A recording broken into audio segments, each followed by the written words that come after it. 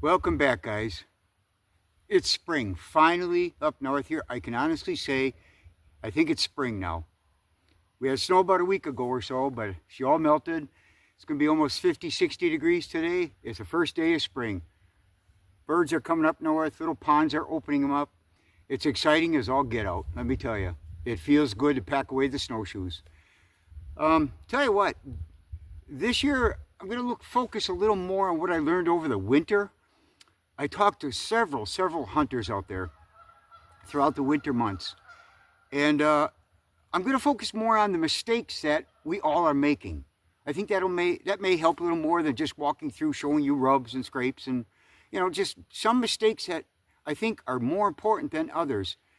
And I think what we're going to do, I'm going to show you one mistake right off the bat on this video. I'm back here in that area where I was about a month ago or so, where the wolves were scavenging on a dead deer. And I wanted to come back here because I like this area and I'm going to set up, I think, in this area for bow hunting. But I want to show you a couple ideas I have. And I'm going to focus on that, like I said, more and more this summer and throughout the seasons itself. I'm trying to help answer some of these questions that a lot of the guys are asking me about what they're doing wrong and how are they doing it, other than just walking along. We're all guilty of it at times, but let's see if we can focus more on this. How's that sound? Let's just enjoy the weather. It feels good to be out here, guys. All right, let's go for it. Right now, we're going to start off the bat with something new.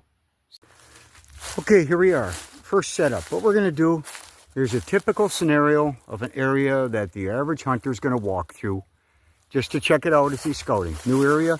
This particular area is new for me too. But here's where I'm getting into the mistakes eventually. I'm on a standard trail here that the deer are on right here. Okay? Now, you can see it just goes and goes. It's a feeding, good oak area, right? It's a place a lot of guys will say, you know what, I'm going to set up my tree stand right over there on the south side, facing north, whatever it may be. And they're just going to continually go straight through here and just roaming around, looking at all the ridges like this as they go, right? And they're just going to keep going. Now, what I call that,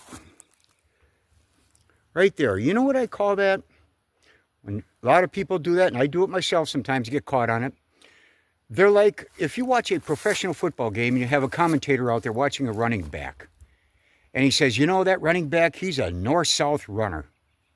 He stays between the tackles and just runs up the gut all the time.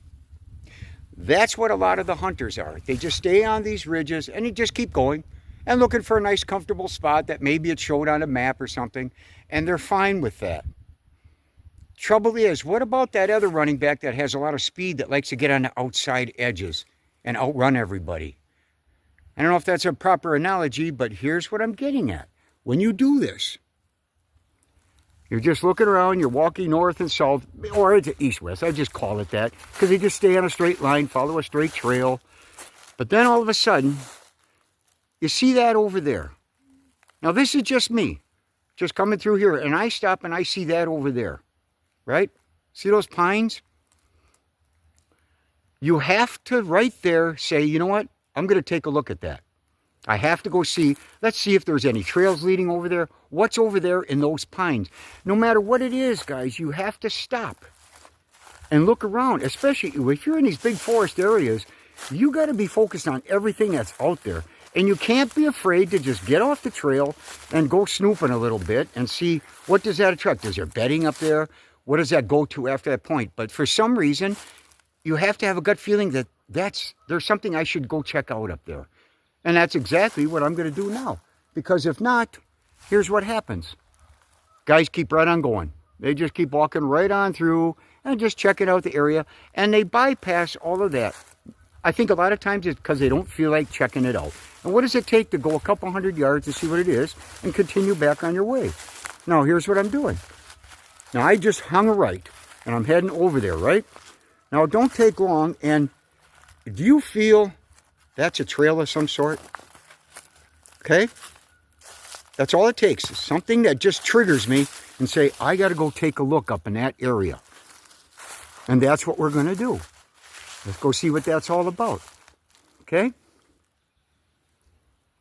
So all I'm getting at, guys, that's stage one of the biggest mistake I see when I take guys out or they talk about it. They say the same thing. I just keep walking this trail. I don't see that much. I just see a trail. Well, what are they missing? Can't see the forest from the trees. You know, there it is. Go take a look. Maybe it's nothing. But you know what? We're going to go find out. Let's take the step from there. Let's cut this short and continue over there, okay? All right. Now, there's where we were, up on top there, talking. Now, what I did, I hung a right. And I came down through this area instead of going just basically on a straight line. And I'm heading towards those pines over there. For some reason, I just want to see if there's any bedding, what have you. And what do you see that most people will miss? Already, look at this trail going down through here. May be hard to see, but it's winding down and it's heading right up towards those pines. And you can't really see what's behind those trees, what's going on over there. But see, these are the things. You have to go check it out. Let's go and see. Now, there's where we were. We came up here, followed this little faint trail, and I'm right against these pines right here now. And nobody would think of really going in there. Not many people anyway. But we're going to take it. As the snow is breaking, I can start seeing trails. Now see, this is a faint trail that they're taking. My shadow's in the way. It's going on through there. Going on. And look at this. There's a fresh track coming through there. See? And look where he's going. Things you would never know. Now, would you have known? See how he's going on here? Let's take him and see. Now look at this. You would never have seen that. Most generally, a high percentage of men or girls would have gone up through those hills and just kept going. And they never would have discovered this. This is what I'm getting at. This is one of the big mistakes. People are afraid of going right or left. He's still going. You take it and find out. Look at this trail. Look what he's doing. Okay. Now, like I said before, I don't want to digress too much on just showing you trails. But the point is, and then here's where he goes. He crosses this. And up he goes into another section of land up through there. So now what's nice about this. Oh, here's a scrape even. I don't want to show you too much of that. Look at this trail. See? Nobody would have known that. Nobody. They would have just kept going over those hills like that, just in the oak areas, feeding areas itself. But this is so distinctive of what a buck may be doing. This is his habits. He may be staying up in those pines. He may be over there.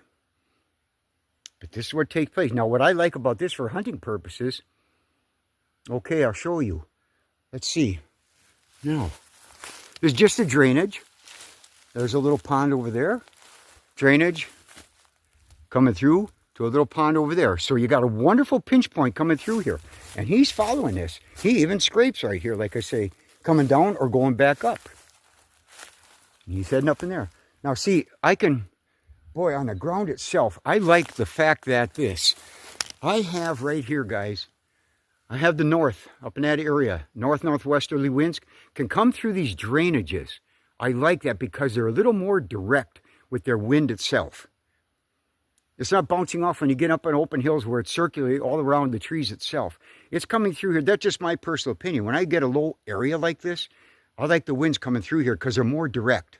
So I can stay on the south end of here and I can come up along this drainage and park myself in these pines. What I'll do, I'll cut out a little spot because I'm on the ground. And this is one of the spots that I want to check and see if he's coming through at night or daytime. But the point is, you got to come in a place like this quiet because he may be just up in these hills here. So you want to back off. You don't want to be too close to this area. But I like the drainage.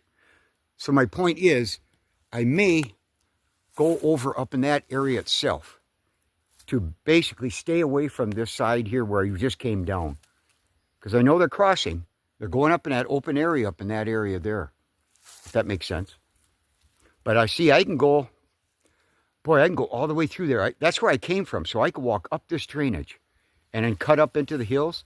And I'll make a little blind up there in those pines itself. But I want to stay close to the drainage because I got good steady winds coming through here. See? And there is something right there that you just saw is a miss. People would have missed that. That's number one mistake that I hear a lot. You know, they just keep walking and walking. and they don't veer off. Look, even though you don't see a trail, if you see something that like that we're up on a peak, there was a bunch of pines like that, it could be interesting, could be a bedding area in that. You have to look around more than just focusing on that little spot itself going along, because you are up in this type of areas, you're up in a big woods. Every little thing you have to be focused on, everything, because you don't know where they're going to be tomorrow. So any little hint that you have, you got to go for it. You can't just go along. He's not going out to a soybean field. He's not going out to a plot. He's just roaming all over, but he does have characteristics and patterns. That's what you got to find. So you got to almost trust your instincts on saying, you know what, I better go check that out. You can't be in a hurry. So many people are in such a hurry that just they want to fade off, get this done, or they see it on a map and that's it. No, it don't work that way. Look what we just did. I never been on that spot before. I've been in this area, but I've never been up in that area. But I saw those pines, and look what it's showing. One nice track coming through here. That's all it takes, guys, if that's what you're focusing on. And that's basically what I'm doing. So now we leave this goal. I will make a little spot back in the pines here, take a little closer look at it, and we leave this goal. That's what we're going to do. I'm going to remember this, check it out later on. We go from there.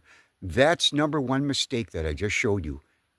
Don't be afraid to going right or left off of that main running north and south or east and west. Veer off if you have to, guys. Go be curious. Be curious about what you're doing. Okay? That's all I got to say for today. Hey, welcome back. It's a new season. Feels good. See ya.